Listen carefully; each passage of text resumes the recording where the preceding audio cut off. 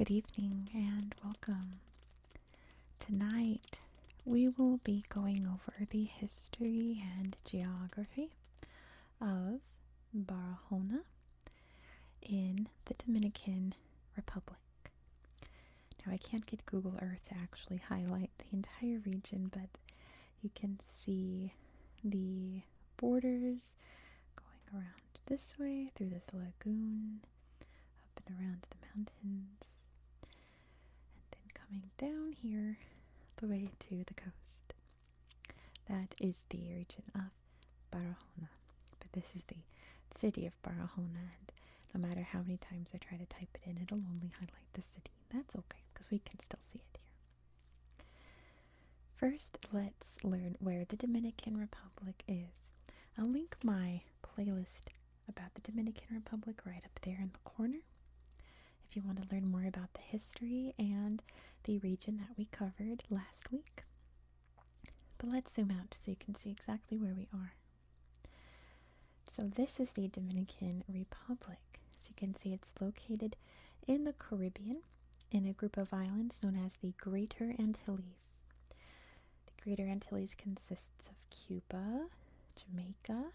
This is Hispaniola, is the entire island. It includes Haiti and the Dominican Republic, and Puerto Rico, and I assume the Bahamas as well.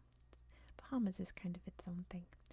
These would be the Lesser Antilles, which is broken up into like the Leeward Islands and Windward Islands, but we're not talking about those tonight. And if you're still uncertain where we are, here's the Caribbean region. There's North America, Central America, and South America in the Western Hemisphere. So as you can see, we are on the island of Hispaniola, named so because it's one of the major points of contact between Christopher Columbus and the New World, essentially. He first wound up near the Bahamas, but he spent a lot of time here on his voyages in contact with the Taino people, and named it Hispaniola because he was sailing for Spain, even though he was Italian, but he was working for the Spanish crown. That's the Dominican Republic. Let's talk about Barahona. This region is part of this little triangle of tourism here in the Dominican Republic, especially in terms of ecotourism. Ecotourism being a style of tourism where you do not damage the environment in any capacity. So you're staying out in the jungle, in little huts, doing environmentally safe activities. There's a lot of eco-lodges here in this region, and in this area in particular, you can see the various national parks. I believe some, you can see one up here, bleeds over into Barahona, but I can't find an exact map of it, so we'll talk about that park on another day. But you can see it's called the National Park of the Sierra de Baruco. And the Sierra de Baruco, or the Baruco Mountains, do definitely traverse into this area. You can see them coming around here. So we talked about them when we talked about Baruco just last week. But if you did watch that video, you know that I teased this one because the most famous aspect of these mountains is here in Barahona. But first, let me backtrack. So we'll get to that in its history. But then again, I don't really have much history to give you about this area. This area in particular, the Dominican Republic, is full of incredible history, including its early pre-Columbian contact history with the Taino. And they were a very prosperous network of tribes throughout Hispaniola. The one in charge of this area would have been the Jaragua. You can see the Jaragua National Park there. But of course, Columbus made contact with these people. It did not end well. It was quite violent, and most of the population became very ill with diseases brought over by the Europeans. Many were enslaved. The real only way you can find actual Taino genetic culture is in people who intermarried with Europeans, Spanish in particular, who came over here. And really the only other actual just history about this area that I found was the city was founded in 1808. So it's still in control of Spain at that point. But Haiti sure wasn't in control of France at that point.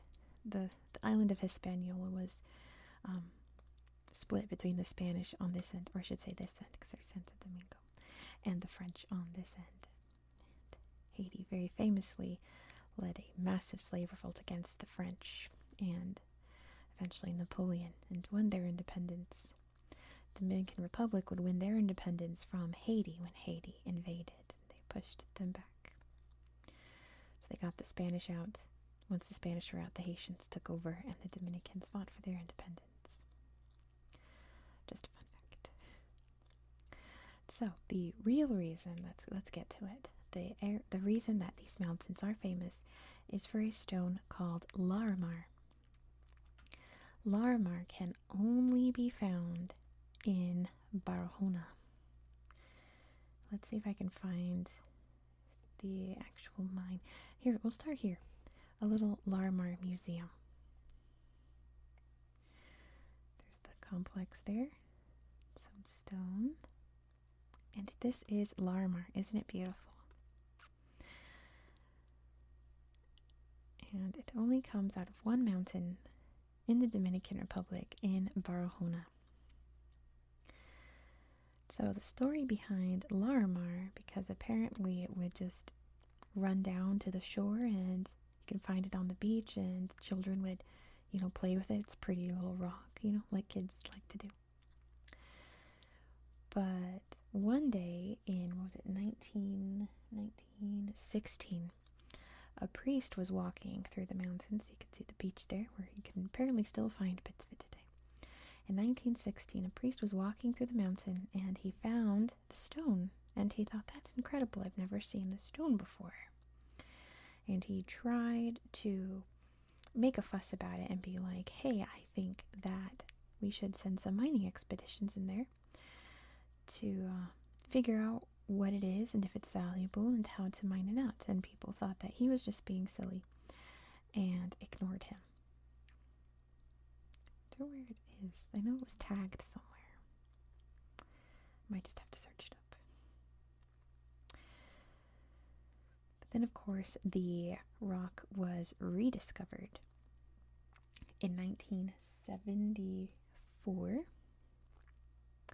by some people who actually knew what they were doing, and realized that it was an incredible, unique, valuable stone. And mining began, and it was named Larimar because the guy who rediscovered it liked the color. It's the color of the ocean, or la mar in Spanish, but his daughter was named Larissa, so he named it Larimar after his daughter Lari. He called her Larimar. Isn't that nice? I cannot for the life of me figure out where this mine went, so we're just gonna have to search it up. Let's see. Larimar. Mina de Larimar. Haha, I was way off.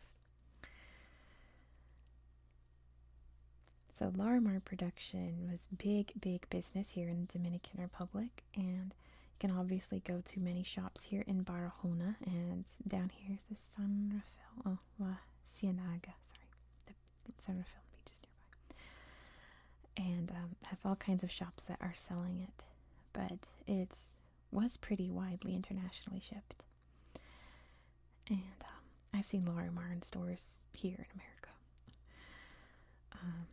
But that is probably going to change because the mine here is actually shut down currently. It was shut down for COVID in 2020. They tried to reopen it in 2021. But there is a mining accident. I think it killed 3 miners. And I tried to look up what the accident was. What exactly happened. Look at this stone. So pretty. And I couldn't find it, which is fine. But I was curious and looked up why exactly these mines were closed, and it turns out that pretty much everything was flawed. The caves were unsteady, the electricity was dangerous, there was carbon monoxide issues, just like anything that could possibly go wrong in a mine, they found in this mine, so the government shut it down for safety. And from what I can tell, it's currently unopened. So I wonder if these pictures are old, because I would not be surprised if the locals were still heading up there and digging around for some extra cash, you know. The government also banned export of Larimar and amber, probably to discourage people from doing just that, and just digging around and selling the stone to help support their families, of course. Or themselves. They can support themselves too. But it's very dangerous to do so, and they don't want to cause any more tragedies. Not to mention, Larimar is expected to be mined out by the 2030s, which would be devastating because Larimar is one of my favorite stones. It's absolutely gorgeous, but to me, precious stones are a miracle of Earth. They are formed way deep down at the heart of the planet through just the right combination of chemicals and energy, and make their way to the surface just for us to enjoy looking at, sparkle. I understand why it's believed that the stones have energy to them, you know. I'm not 100% in that belief, but I do believe that energy is valuable, and stones like that are made with the energy of the earth, and it's always important, always incredible. Let's look at the Malecon, or the little coastal green strip here by the beach in Barahona.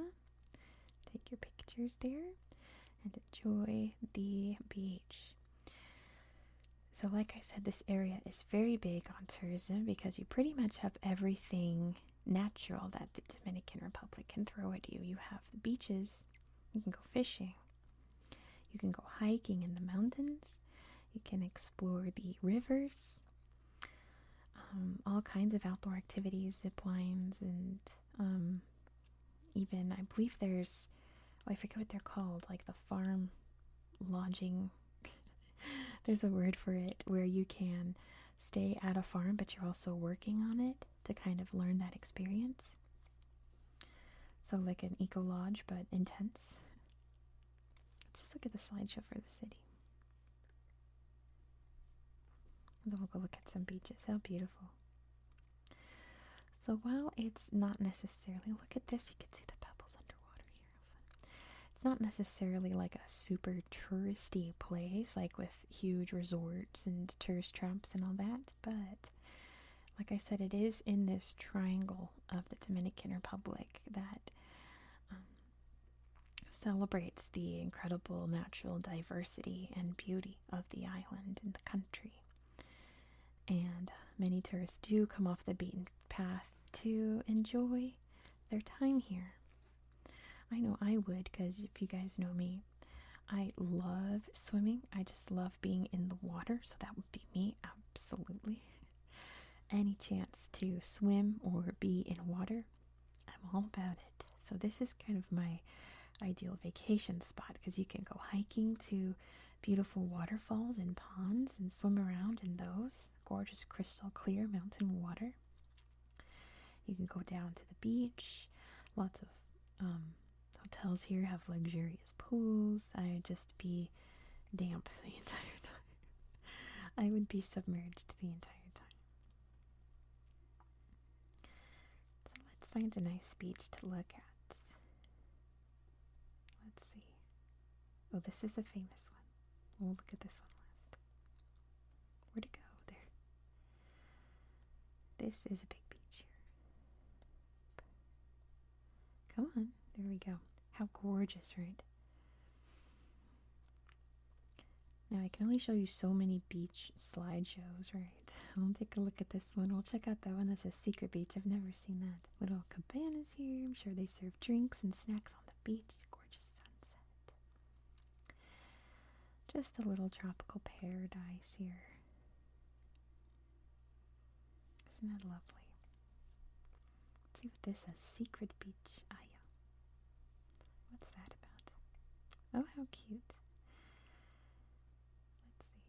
Might take a little longer to load each picture because I haven't looked at this slideshow before. But it is so pretty, isn't it? Oh, that's it. Lovely, lovely, lovely. Alright, let's look up in the mountains and see what we can find. There weren't a lot of great pictures up in the mountains, actually, but we'll see what pops up. This one's popping up big time. Oh my goodness. See, that would be me. I would be hiking up these mountains to get to the little secret swimming spots. That water looks so inviting. It's almost the color of Larimar, isn't it? Hidden pools up in the mountains, getting splashed by the waterfalls. That sounds so nice right now. It's officially fall here in Washington, but it still feels like summer, and swimming still sounds really nice. How pretty. And of course, as you can imagine, the mountains up here are very jungly and green and full of all kinds of creatures that these people are out here hiking to come see. I think this slideshow wasn't that great. I think it mostly just showed the lodgings here. You can see the little eco lodge. Yeah, it's mostly just pictures of the lodging, which is still nice, but how about this one? Oh, wow, how incredible. They're getting married at this secret little location. How spectacular. Congratulations. Yeah, it's a little pool that's built in there, so you can safely swim in the water. How nice. Path there, take you through some jungle adventures. Gorgeous, right? So I think I'm going to wrap it up here. And, oh, this looks like a turtle, doesn't it? What a cool rock, a big turtle rock. So thank you so much for watching. And if you learned something new today, maybe if you've never heard of Larimar before, give this video a thumbs up. And let me know any cool facts you learned down in the comments. I always appreciate your comments. And if you enjoy this style of content, please consider subscribing. If you like seeing all of the luxurious beach tropical swimmingness, we're going to Barbuda later in the week. And those slideshows are amazing on Google Earth. Don't look them up yet so you won't get spoiled. But next time we're actually heading over to Hungary. And I'm going to show you one of my favorite little slideshows I have found on Google Earth in a long time. There's a town in this region of Hungary that has a very incredible festival tradition where they wear the most spectacular little costumes. And you've just got to see it. I promise. It's fabulous. So be sure to subscribe so you won't miss out. I hope that you found this video to be relaxing and educational. And I hope that you have a good